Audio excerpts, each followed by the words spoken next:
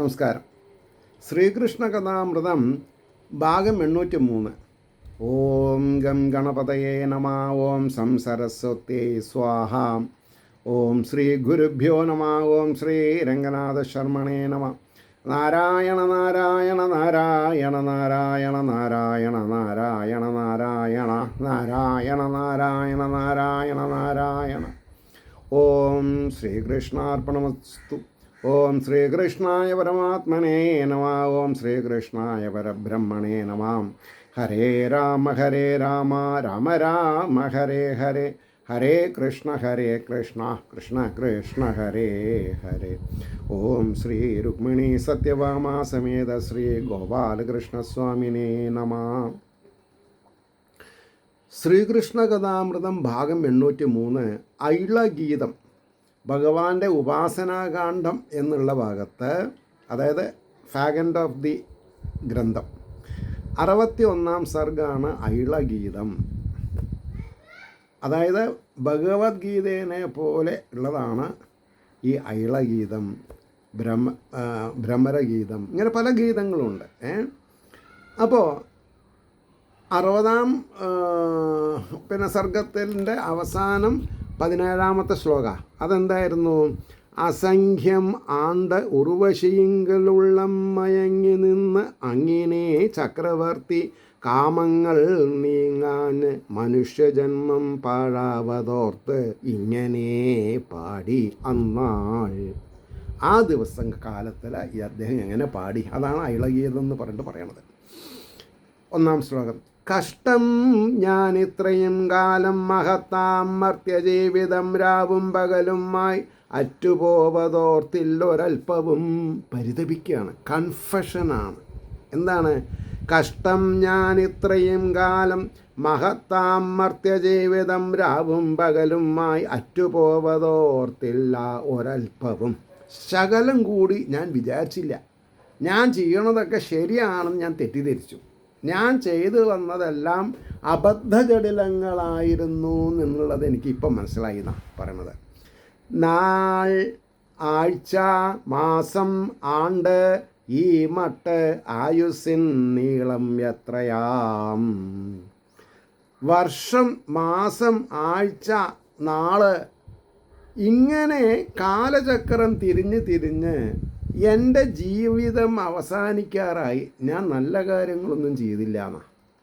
അതാണ് കൺഫഷൻ എന്ന് പറയാൻ കാരണം. നാള്, ആഴ്ച, മാസം, ആണ്ട്, ഈ മട്ട് ആയുസ്സിൻ നീളം അത്രയും നീളം എത്രയാം. നശിച്ചതു വെറും പെണ്ണിൻ വലയിൽ പെട്ടുപോകയാൽ. എന്നാൽ എന്തുകൊണ്ട് ഇത് ആദ്യം പറഞ്ഞില്ല? ആദ്യം പറയാണ്ടിരിക്കാൻ കാരണമുണ്ട്. എന്തൊക്കെ കാര്യങ്ങൾ നമ്മൾ മനസ്സിലാക്കണം, അതൊക്കെ മനസ്സിലാക്കിപ്പിച്ചിട്ട് ഭഗവാൻ ഉദ്ധവർക്ക് ഉപദേശം കൊടുത്ത് അവസാനമാണ് ഐളഗീതം പറയുന്നത്.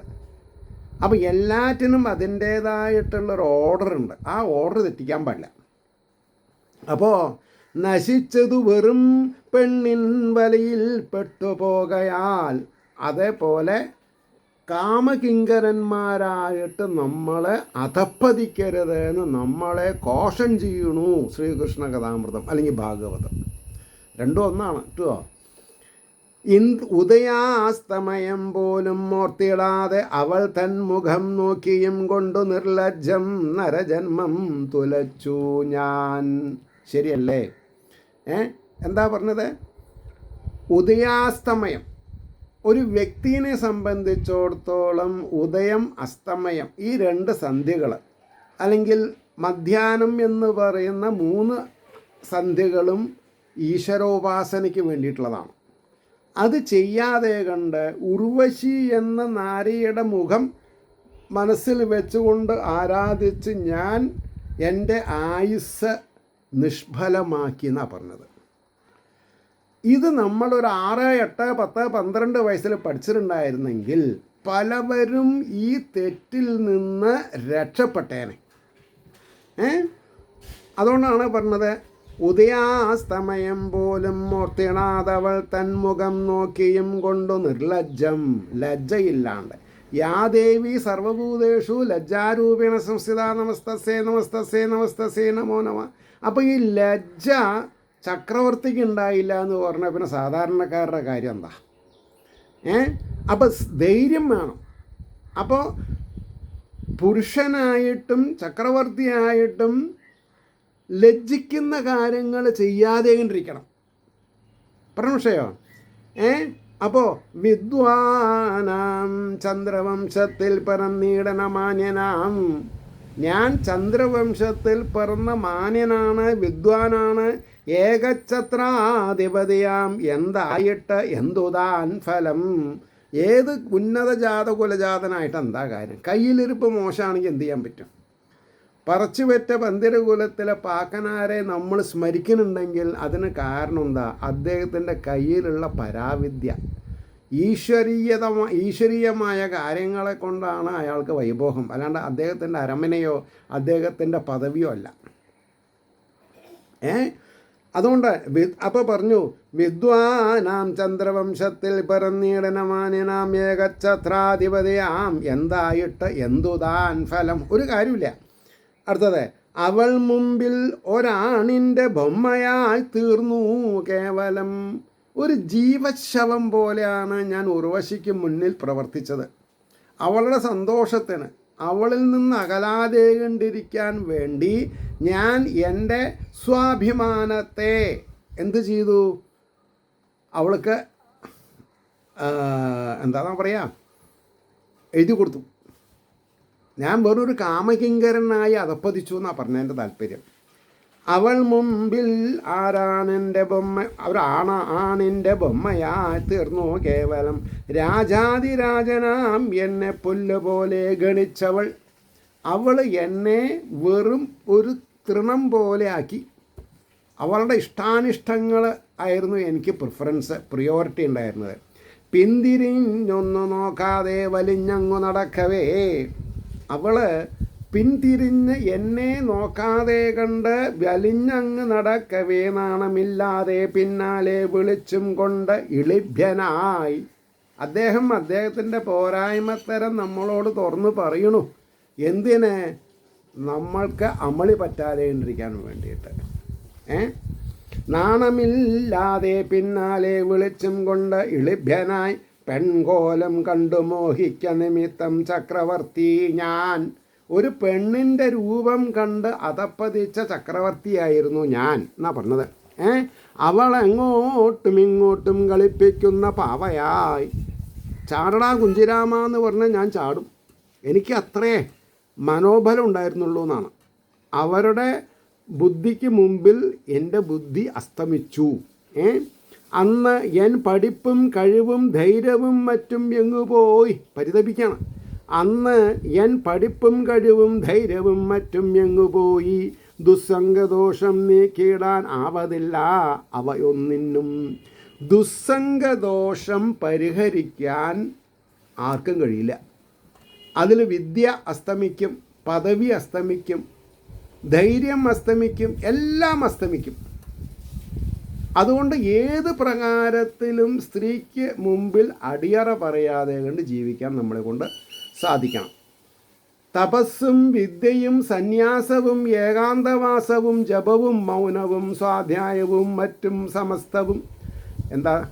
തപസ്സും വിദ്യയും സന്യാസവും ഏകാന്തവാസവും ജപവും മൗനവും സ്വാധ്യായവും മറ്റും സമസ്തവും സ്ത്രീകൾക്ക് അടിമയായി പോകിൽ എന്തിനാം നിഷ്പ്രയോജനം. സ്ത്രീകൾക്ക് മുമ്പിൽ ഇത് വിലപ്പോവില്ല. അപ്പം നമ്മൾ അവർക്ക് അടിയാറ പറഞ്ഞാൽ നമ്മൾ അവരുടെ കളിപ്പാവയായിട്ട് മാറും. അപ്പം നമ്മളെ അഡ്രസ്സൊക്കെ പോയി. വേണ്ടുന്നത് ഓർത്ത് ചെയ്യാത്ത വെറും പണ്ഡിതമാനി ഞാൻ. അപ്പം അദ്ദേഹം പരിതപിക്കണു. വേണ്ടുന്നതോർത്ത് ചെയ്യാത്ത വെറും പണ്ഡിതമാനി ഞാൻ പണ്ഡിതനായിട്ട് എനിക്കെന്താ ഉപകാരം ഉണ്ടായത്? എനിക്ക് ഉപകരിക്കാത്ത പാണ്ഡിത്യം ഉണ്ടായിട്ട് എന്താ കാര്യം? കാമസങ്കല്പം അപ്പോൾ തന്നെ ഉള്ളിൽ കളഞ്ഞിടിൽ. കാമസങ്കല്പം, ഈശ്വര സങ്കല്പത്തിന് പകരം കാമസങ്കല്പം വരെ കാരണമാണ് ഞാൻ അധപ്പതിച്ചത് എന്ന് ഉർവശിയെ കണ്ട് ഭ്രമിച്ച ഇക്ഷ്വാകു വംശത്തിലെ കേമനായിരുന്ന അല്ലേ ഈ ഇളാവർത്തി പിന്നെ ഐളൻ, അതായത് ബുധൻ്റെ മകനായിട്ടുള്ള ഐളൻ, അല്ലെങ്കിൽ പിന്നെ എന്താണെന്നാ പറയുക, ഏകഛത്രാധിപതിയായിട്ടുള്ള അദ്ദേഹം. അവിടെയാണ് ഈ ഭൂമണ്ഡലത്തിൻ്റെ നീതിവാനായിരുന്നിട്ടും ഒരു സ്ത്രീക്ക് മുമ്പിൽ ആരും അല്ലാണ്ടേ. കാമസങ്കല്പം അപ്പോൾ തന്നെ നുള്ളിക്കളഞ്ഞിടിൽ ഉടൻ താൻ ഉയരാമാർക്കും അതിനാവാത്ത വെഡ്ഢിയാം. കാമസങ്കല്പം അപ്പോൾ തന്നെ നുള്ളിക്കളഞ്ഞിടിൽ, അത് വേറൊരാൾക്ക് ചെയ്യാൻ പറ്റില്ല, അവരവർ ചെയ്യണം.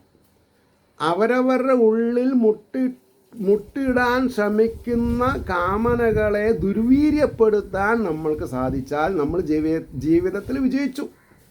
അതാണ് പറഞ്ഞത്. ഇതിനാണ് ഇത് കുട്ടിക്കാലത്ത് പഠിക്കണം എന്ന് പറയാൻ കാരണം. കാമസങ്കല്പം അല്പപ്പോൾ തന്നെ നുള്ളിക്കളഞ്ഞിടിൽ ഉടൻ താൻ ഉയരാം ആർക്കും ബ്രാഹ്മണ ക്ഷത്ര വൈശ്യ ശൂദ്ര സ്ത്രീ എന്നുള്ള പിന്നെ വിഭാഗങ്ങളൊന്നും അതിന് ബാധകമല്ല. അപ്പോൾ ഉടൻ താൻ ഉയരാം ആർക്കും അതിനാവാത്ത വിഡ്ഢിയാം. സാമ്രാട്ട് പോലും ഹാ കഷ്ടം ഓർത്താൽ വിശ്വവിനിന്ദ്യനാം. ഞാൻ സാമ്രാട്ടാണ്, എന്താ കാര്യം? ഞാൻ നിന്ദ്യനായി പോയി, ഏവരുടെയും മുമ്പിൽ ഞാൻ നിന്ദ്യനായി എന്നാണ് പറഞ്ഞത്. അതുകൊണ്ട് അസംഖ്യം ആണ്ട് ഉർവശിയോടൊപ്പം വാണിട്ടുകൂടിയും വളരെ കാലം അവളുടെ ഒപ്പം ജീവിച്ചു, എന്നിട്ടും മതി എന്ന ഒരു വൈരാഗ്യം വന്നില്ല. അതാണ് എൻ്റെ പരാജയത്തിന് കാരണം എന്നാണ് പറഞ്ഞത്. അപ്പോൾ ഇത് 50,000 രൂപ ഡൊണേഷൻ കൊടുത്തതുകൊണ്ടായോ?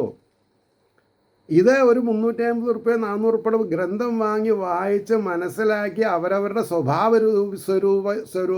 രൂപീകരണത്തിന് മാറ്റുരയ്ക്കാൻ സാധിച്ചിട്ടില്ലെങ്കിൽ ഈ 50,000 അതേപോലെ എത്ര 50,000 നമ്മൾ കൊടുത്തു, അതൊക്കെ വേസ്റ്റ്. അതാണ് പറയാൻ കാരണം. അസംഖ്യം ആണ്ട ഉർവശിയോടൊപ്പം വാണിട്ടുകൂടിയും കാമം കുറഞ്ഞില്ല. എന്നിട്ടോ കാമം കുറഞ്ഞില്ല അണുവും എന്നാണ്, അറിഞ്ഞില്ല കുറഞ്ഞില്ല അണുവും, ഒരു തലനാരഴയ്ക്ക് കുറഞ്ഞില്ല എന്നാണ് പറഞ്ഞത്. നെയ്യിനാൽ അഗ്നി പോലവേ, അഗ്നിയിൽ നെയ്യ് ഒഴിച്ചാൽ ആളി കത്തും, അല്ലാണ്ട് തീ കെടില്ല. പെൺ പുഞ്ചിരി വിഷം നീക്കി രക്ഷിപ്പാനാരു ശക്തനാം. പെണ്ണിൻ്റെ പുഞ്ചിരിയാകുന്ന വിഷം, അല്ലെങ്കിൽ വിഷമാകുന്ന പുഞ്ചിരി, സ്ത്രീയുടെ മന്ദഹാസം വിഷമാണെന്ന് ധരിക്കാൻ സാധിച്ചാൽ രക്ഷപ്പെട്ടു എന്നാണ് പറഞ്ഞത്. പെൺപുഞ്ചിരി വിഷം നീക്കി രക്ഷിപ്പാനാരു ശക്തനാം. ഇന്ദ്രിയാധീശനാം ആത്മാരാമൻ ഈശ്വരൻ എന്നിയേ. സാക്ഷാൽ ജഗദീശ്വരനല്ലാണ്ട് വേറെ ആർക്കും പറ്റില്ല എന്നാണ് പറഞ്ഞത്. പക്ഷെ ശ്രമിക്കണം നമ്മൾ. ഇന്ദ്രിയാധീശനാം ആത്മാരാമൻ ഈശ്വരൻ എന്നിയേ ഭഗവത് കൃപ നേടായിൽ അവൻ എന്തെന്തു ചെയ്യലും. ഈശ്വര കൃപ നേടാതെ കണ്ട് ഒരുത്തൻ എന്തെന്ത് ചെയ്തിട്ടും യാതൊരു കാര്യമില്ല. ഉള്ളിൽ നിന്നൂറിടും ദുർവാസന നീങ്ങില്ലൊരിക്കലും. ഈ ദുർവാസനകൾ എവിടെയാണ്? ഉള്ളിലാണ്. അവിടെ ആർക്കും പെർമിഷൻ ഇല്ല കടക്കാൻ. അപ്പം നമ്മൾ ആ ഡോർ അടയ്ക്കണം. മനസ്സിലേക്കുള്ള ആ ദ്വാരം നമ്മൾ അടയ്ക്കണം. അതാണ് ഉള്ളിൽ നിന്നൊരിടം ദുർവാസന നീങ്ങില്ലൊരിക്കും ആകയാൽ ഇനിമേലിൽ ഞാൻ ഈശ്വരൻ്റെ പാദാംബുജം. അപ്പോൾ അദ്ദേഹം ഒരു കൺക്ലൂഷനിലെത്തി. ഇനി എനിക്ക് വേറെ ഗത്യന്തരമില്ല, എനിക്ക് ഈശ്വരപാദാബ്ജം തന്നെ ശരണം. അപ്പോൾ ഞാൻ അടിയറ പറഞ്ഞ് എനിക്ക് ഇനി ഒരു ജനന മരണമാകുന്ന എന്താണെന്നാ പറയുക, മായയാകുന്ന കാലചക്രത്തിൽ പെടാതെ കണ്ടിരിക്കാനുള്ള തന്ത്രപ്പാട് ഞാൻ വേണ്ട പോലെ ചെയ്തു കൊള്ളാം എന്ന് അദ്ദേഹം ഒരു വ്രതം എടുക്കുകയാണ്. ആകയാൽ ഇനിമേലിൽ ഞാൻ ഈശ്വരൻ്റെ പാദാംബുജം ഉപാസനം ചെയ്തു തന്നെ നീക്കും ഈ ലോകവിഭ്രമം. ഈ ലോകത്തിനോട് എനിക്കുണ്ടായിട്ടുള്ള വിഭ്രമത്തിനെ നീക്കാൻ എനിക്ക് അവശ്യം ചെയ്യാൻ സാധിക്കുന്നത് ഈശ്വരൻ്റെ തിരുവാദപത്മങ്ങളിൽ അഭയം പ്രാപിക്കുക എന്നുള്ളതാണ്. അത് ഞാൻ ചെയ്ത് രക്ഷപ്പെട്ടോളാം, നിങ്ങൾ ഏവരും രക്ഷപ്പെടണം എന്നാണ് പറഞ്ഞതിൻ്റെ താല്പര്യം. പെൺമോടി കണ്ടു മോഹിക്കായെന്നു പുംചലി കൂടിയും, ഒരു വ്യഭിചാരിക കൂടി പറഞ്ഞതെന്താ, നിങ്ങളുടെ ഭാര്യയും ഭർത്താവും അല്ലെങ്കിൽ കുട്ടികളും അനുഭവിക്കേണ്ട സ്വത്ത് ഞങ്ങളെപ്പോലെയുള്ളവർക്ക് തന്നിട്ട് നിങ്ങളുടെ കുടുംബജീവിതം താറുമാറാക്കരുത് എന്ന് ഓരോ പുഞ്ചലികളും പുരുഷന്മാരോട് പറയുന്നുണ്ട്. പക്ഷേ പുരുഷന്മാരത് വേണ്ട മാതിരി കേൾക്കണില്ല എന്നാ പരാതി. പെൺമോടി കണ്ട് മോഹിക്കായെന്ന പുംസലി കൂടിയും ഉപദേശിച്ചും ഈ മൂടൻ ഉണർന്നില്ലൊരു ലേശവും. അതായത് ഉർവശി തന്നെ ഈ പിന്നെ ചക്രവർത്തിയോട് പറഞ്ഞിട്ടുണ്ട്, നിങ്ങളിങ്ങനെ അധപ്പതിക്കരുത്, നിങ്ങളിതിന് എന്താണെന്നാ പറയുക, നിങ്ങൾ കേമനാണ്, വിദ്യാസമ്പന്നനാണ്, വിദ്വാനാണ്, ഏകഛത്രാധിപതിയാണ്, നിങ്ങൾ ആത്മാരാമത്വത്തോടുകൂടി നിങ്ങൾ മോക്ഷത്തെ പ്രാപിക്കാൻ ശ്രമിക്കണം, എൻ്റെ പിന്നാലെ നടക്കരുതെന്നൊക്കെ പറഞ്ഞു. പക്ഷേ അതൊന്നും പുരൂരവസ്ഥന് കേൾക്കാൻ സാധിച്ചില്ല. അപ്പോൾ ഉപദേശിച്ചും ഈ മൂടൻ ഉണർന്നില്ലൊരു ലേശവും, അല്ലെങ്കിൽ അവൾ എന്നെ കടുത്തൊരു മട്ടിലും, അല്ലെങ്കിൽ അവൾ എന്നെ കെടുത്തൊരു മട്ടിലും, കയറിൽ പാമ്പിനെ കാണുന്നവനാം ബുദ്ധി കെട്ടവൻ. കയറിൽ പാമ്പിനെ കാണുന്നവനാം ബുദ്ധി കെട്ടവൻ.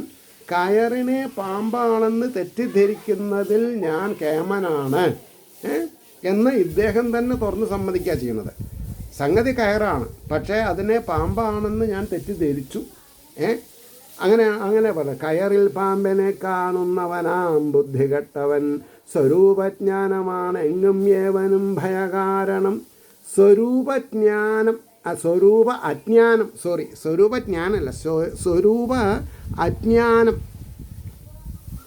സ്വരൂപത്തെ മനസ്സിലാക്കാത്തത് കൊണ്ടുള്ള വൈഷമ്യങ്ങളാണ് ഇതൊക്കെ. സ്വരൂപ അജ്ഞാനമാണെങ്കും ഏവനും ഭയകാരണം. കാമപങ്കിലമായി തീർന്നു പോയ ചേതസ്സു കാരണം. പങ്കം എന്ന് പറഞ്ഞ ചളിന. അപ്പം കാമമാകുന്ന ചളി പറ്റിയ മനസ്സിൽ ഈശ്വരനെ ധ്യാനിക്കാൻ പറ്റില്ല. അപ്പോൾ ആ ചളി പറ്റിയ അവസ്ഥയെ ഈശ്വരൻ്റെ തിരുപാദപത്മങ്ങളാകുന്ന എന്താണെന്നാ പറയുക, ഡിറ്റർജൻറ്റ് അല്ലെങ്കിൽ പിന്നെ എന്താണെന്നാ പറയുക, അമൃത സമാനമായിട്ടുള്ള അവസ്ഥ, അതിനെ സ്വീകരിക്കണം. അപ്പം മൃതപ്രായം മാറി കിട്ടും നമുക്ക്. അപ്പോൾ കാമപങ്കിലമായി തീർന്നു പോയ ചേതസ്സു കാരണം. ഇന്ദ്രിയാധീനനായ എത്ര കാലമാം ഇന്ദ്രിയങ്ങൾക്ക് അധീനനായി പോയി ഞാൻ. ഇന്ദ്രിയങ്ങളെ എനിക്ക് നിയന്ത്രിക്കാൻ സാധിച്ചില്ല എന്നാണ് പറഞ്ഞത്. അപ്പോൾ ഇന്ദ്രിയാധീനനായ എത്ര കാലമാം മാഴി വിഡ്ഢി ഞാൻ. സ്വയം പറയാണ്, ഞാൻ വിഡ്ഢിയായിപ്പോയി. എങ്ങാം മലിനവും ദുർഗന്ധവുമാം ദേഹം. ഈ മലിനമായ ദുർഗന്ധം വന്നിക്കുന്ന ശരീരം എവിടെ? അതിൽ സൗന്ദര്യ സൗമനസ്യങ്ങൾ വെറും ഭ്രമം അവിദ്യയാൽ സൗന്ദര്യം സൗമനസ്യങ്ങൾ വെറും ഭ്രമം അവിദ്യയാൽ ഭ്രമിക്കുന്നു. വിദ്യ കൊണ്ട് ഭ്രമം മാറും. കേവലം മലഭാണ്ഡത്തിലല്ലോ മോഹിപ്പൂ വിഡ്ഢികൾ. എന്നിട്ട് കുറച്ച് വൈരാഗ്യം വരാൻ ഉപകരിക്കുന്ന വാക്കുകളപ്പോൾ ഇവിടെ ഉപയോഗിച്ചത്. കേവലം മലഭാണ്ഡം, മലമൂത്രാദികളെ കെട്ടിയിട്ടുള്ള ഒരു തോൽസഞ്ചിയാണ് ഈ ശരീരം സ്ത്രീയുടെ. അതിനല്ലേ നീ കാമിക്കണത്, ഞാൻ കാമിച്ചത് എന്നാണ് പറയണത്. കേവലം മലഭാണ്ഡത്തിലല്ലോ മോഹിപ്പൂ വിഡ്ഢികൾ. ഇതിന് ഉടമയാരാവാം താനോ മാതാപിതാക്കളോ. ഇനിയാണ് ചോദ്യം, ഈ ശരീരം ആരുടെയാണ്?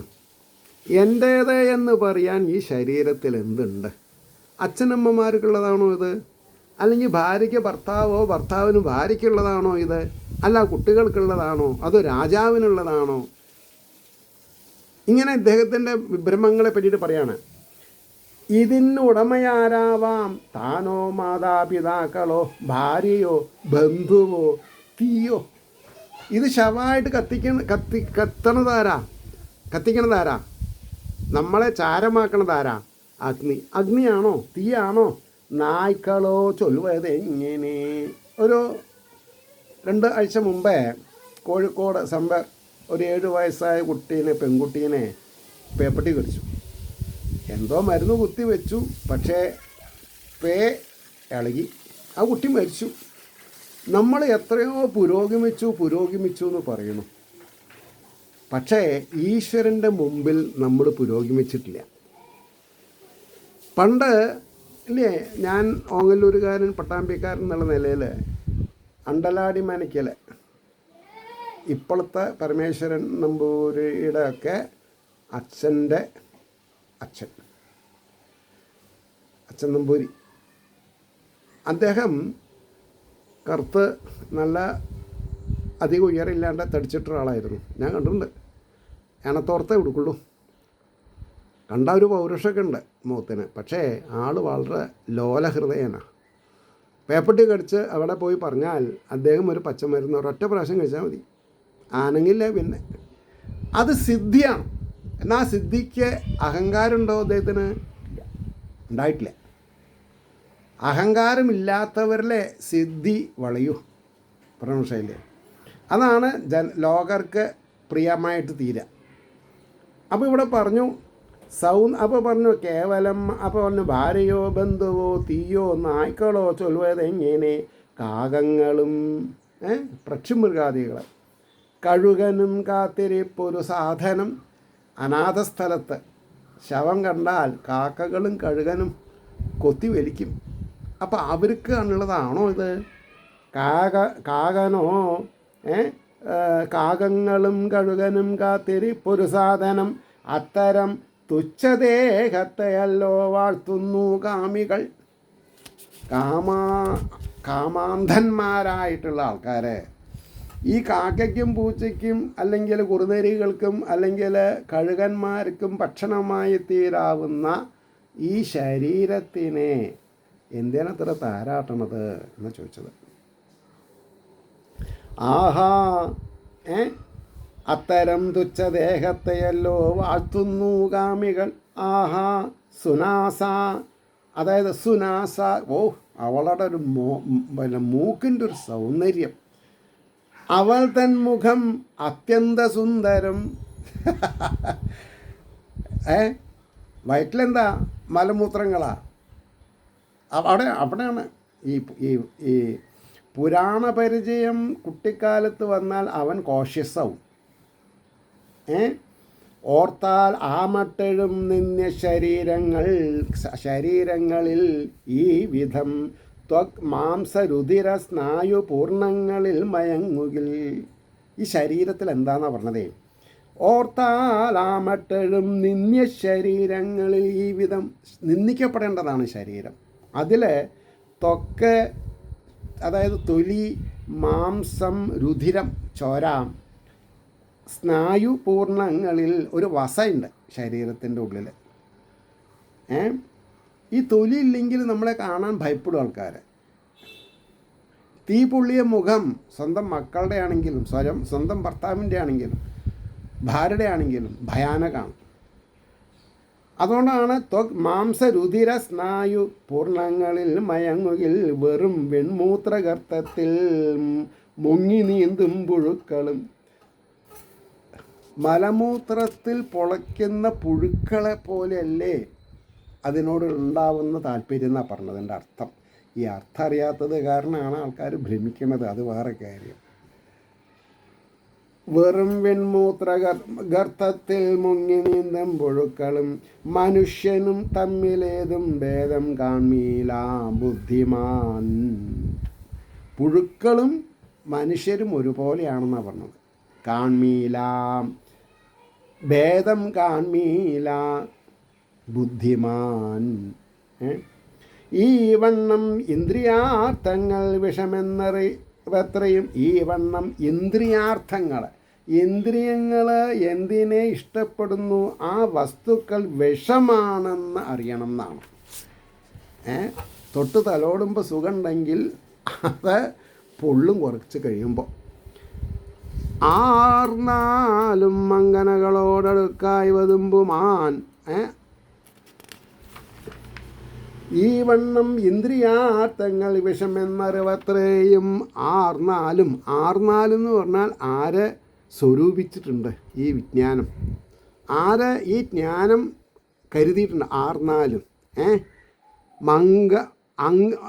നാലും അങ്കനകളോടടുക്കായി വതും, അങ്കനകളോട് അടുക്കരുത്, സ്ത്രീകളോട് അടുക്കരുത് എന്നാണ് പറഞ്ഞത്.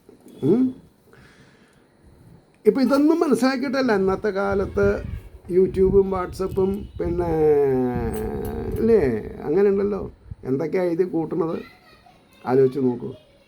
സഭ്യത ഇല്ലാത്ത ഒരവസ്ഥയായി മാറുന്നുണ്ട് പല സ്ഥലത്തും മനുഷ്യയിൽ. ക്ഷോഭിച്ചേക്കാം ഇന്ദ്രിയങ്ങൾ, അവിടെയും ഒരു പിന്നെ കറക്ഷൻ ഉണ്ട്.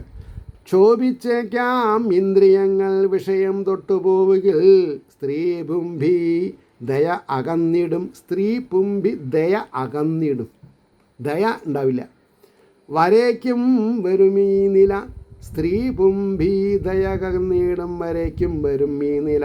അകന്നാലും മണഞ്ഞിടും പൂർവാനുഭവമാകയാൽ. ഒരാൾ സ്ത്രീകളിൽ നിന്ന് അകലണമെന്ന് വിചാരിച്ചാലും ചിലപ്പോൾ സാധിച്ചൊന്നും വരില്ല. കാരണം എന്താ? അകന്നാലും അണഞ്ഞിടും പൂർവാനുഭവമാകയാൽ. കാണുകയും കേൾക്കുകയും വേണ്ട പുറം കാര്യങ്ങളാവതും, കാണുകയും കേൾക്കുകയും വേണ്ട പുറം കാര്യങ്ങളാവതും. മർത്യന് കാണാത്തതിലും കേൾക്കാത്തതിലും ഉൾത്തടം ചലിക്കില്ല. അതിനാൽ ഓർക്കാം സംഗമാം ഭാവകാരണം. സംഘം ഭാവകാരണം, അതായത് ഏതോ ഒരു ദുർനിമിഷത്തിൽ സംഭവിച്ച സംഘം ഊതിപ്പെരുപ്പിച്ച് വാസനാബലമായിട്ട് ഊറി കിടക്കും മനുഷ്യന്മാരിൽ. അതിനെ ഈശ്വരോപാസനയാകുന്ന അഗ്നിയിലിട്ട് കരിക്കണം ദുർവാസനകളെ. അതാണ് മർത്യനു കാണാത്തതിലും കേൾക്കാത്തതിലും ഉൾത്തടം ചലിക്കില്ല. അതിനാൽ ഓർക്കാം സംഗമാം ഭാവകാരണം. അത് വർജിച്ചിടാതരും ഉയരില്ലൊരു കാലവും. അത് ഈ സ്ത്രീ സംഘം, അനർഹമായ സ്ത്രീ സംഘം അത് വർജിച്ചിടാതൊരു, ആര് വർജിക്കണില്ല അവർക്ക് ഉയരാൻ പറ്റില്ല എന്നാ. ആരെ വർജിക്കണു അവരുയരും. അത് വർജിച്ചിടാതാരും ഉയരില്ലൊരു കാലവും. ഇന്ദ്രിയങ്ങളടക്കേടിൽ മാത്രം ഉള്ളം പ്രശാന്തമാം. ഇന്ദ്രിയങ്ങളെ അടക്കാൻ സാധിച്ചാൽ മനസ്സ് പ്രശാന്തമായി, പ്രശാന്തമായ മനസ്സിൽ ഈശ്വര ചൈതന്യം ആളിക്കത്തും. എന്നിട്ട് പറയണു, അതിനാൽ സ്ത്രീജിതൻ സ്ത്രീയെ നിവരോടിനി മന്നിതിൽ അടുത്തു പെരുമാറിയിടില്ല അന്നെന്നും ഇതും സത്യമാം. അതിനാൽ സ്ത്രീജിതൻ സ്ത്രീകളെ ജയിച്ചവൻ, സ്ത്രീ എന്നിവരോടിനി മന്നിതിൽ അടുത്തു പെരുമാറിയിടില്ല എന്നെന്നും ഇത് സത്യമാം. വിജ്ഞന്മാരായോർക്കു പോലും ഉള്ളം വിശ്വാസ്യം അല്ല പോൽ വിദ്വാനാവുകിൽ എമ്മട്ടും ഇന്ദ്രിയാധീനനായി വരാ. വിദ്വാനാവുകിൽ എമ്മട്ട് ഇന്ദ്രിയാധീനനായി വരാ. ഭഗവാൻ വ്യാസനോട് ഈ മട്ട് ആരോ ഏതോ പുലിപുങ്കവൻ വാദിച്ചു, വിഡ്ഢിയായി തീർന്നതോർപ്പൂ ഞാൻ എന്നിരിക്കവേ. ശ്രദ്ധിക്കണം അവിടെ. ഭഗവാൻ വ്യാസനോട് ഈ മട്ടേതോ മുനിപുങ്കവൻ, ഏതോ ഒരു മുനി വാദിച്ചു, വിഡ്ഢിയായി തീർന്നതോർപ്പൂ ഞാൻ എന്നിരിക്കവേ. ഈ മട്ടിൽ ഇന്ദ്രിയവശങ്കതനായോരെന്നെ പോലുള്ള മൂഢനണയും നിലയെന്തു ചൊല്ലും. അതാണ് അയിളഗീതത്തിൻ്റെ പ്രമാണം. ഈ മട്ടിൽ ഇന്ദ്രിയവശങ്കതനായോരെന്നെ പോലുള്ള മൂഢനണയും നിലയെന്തു ചൊല്ലാം. ആനന്ദഗന്ധം അവിടുന്ന് അലിയാകിൽ ആർക്കും ആകുന്നതല്ല ഉലകിൽ. ഈശ്വരൻ്റെ കൃപാകടാക്ഷം ഉണ്ടെങ്കിലേ സ്ത്രീജിതനാവുള്ളൂ, സ്ത്രീകൾ ജയിക്കാൻ പറ്റുള്ളൂ. അതായത് സ്ത്രീകളിൽ ആഗ്രഹം ഇല്ലാതെയിരിക്കാൻ പറ്റുള്ളൂ. ഭഗവാന്റെ കാരുണ്യം തന്നെ വേണം. മനുഷ്യന് പൗരുഷം കൊണ്ട് പറ്റില്ല എന്നർത്ഥം. ആനന്ദഗന്ധം അവിടുന്ന് നലിയാകിൽ ആർക്കുമാകുന്നതല്ല ഉലകിൽ. ഈ ലോകത്തിൽ ആർക്കും പറ്റില്ല എന്നാ. മായയിൽ നിന്നു നീങ്ങാൻ, സ്ത്രീ എന്ന മായയിൽ നിന്ന് അകലാൻ അങ്ങയുടെ കൃപാകടാക്ഷം തന്നെ വേണം. ഇതി ശ്രീകൃഷ്ണകഥാമൃതേ കലികൽമഷനാശനെ ഉപാസനാകാണ്ഡേ ഏകഷഷ്ടിതമ സർഗഃ സർവത്ര ഗോവിന്ദനാമ സങ്കീർത്തനം. ഗോവിന്ദ ഗോവിന്ദ. അതോടുകൂടിയിട്ട് ഇന്നത്തെ പ്രഭാഷണം കഴിഞ്ഞു. ഇനി നാളെ നമ്മൾക്ക് 804 ഭാഗം സജ്ജന മഹത്വം. സജ്ജന മഹത്വം. ഏവർക്കും ശ്രീഹരിയുടെ അനുഗ്രഹാശിസുകൾ നിർലോഭം ഉണ്ടാവട്ടെ എന്ന് പ്രാർത്ഥിക്കുന്നതിനോടൊപ്പം നമ്മുടെ ഓരോരുത്തരുടെയും പ്രാർത്ഥന ലോകാസമസ്ത സുഖിനോ ഭവന്തു ആയിരിക്കട്ടെ എന്ന് സ്മരിച്ചുകൊണ്ട് വാക്കുകൾ ഉപസംഹരിക്കുന്നു. നമസ്കാരം. നാളെ കാണാം.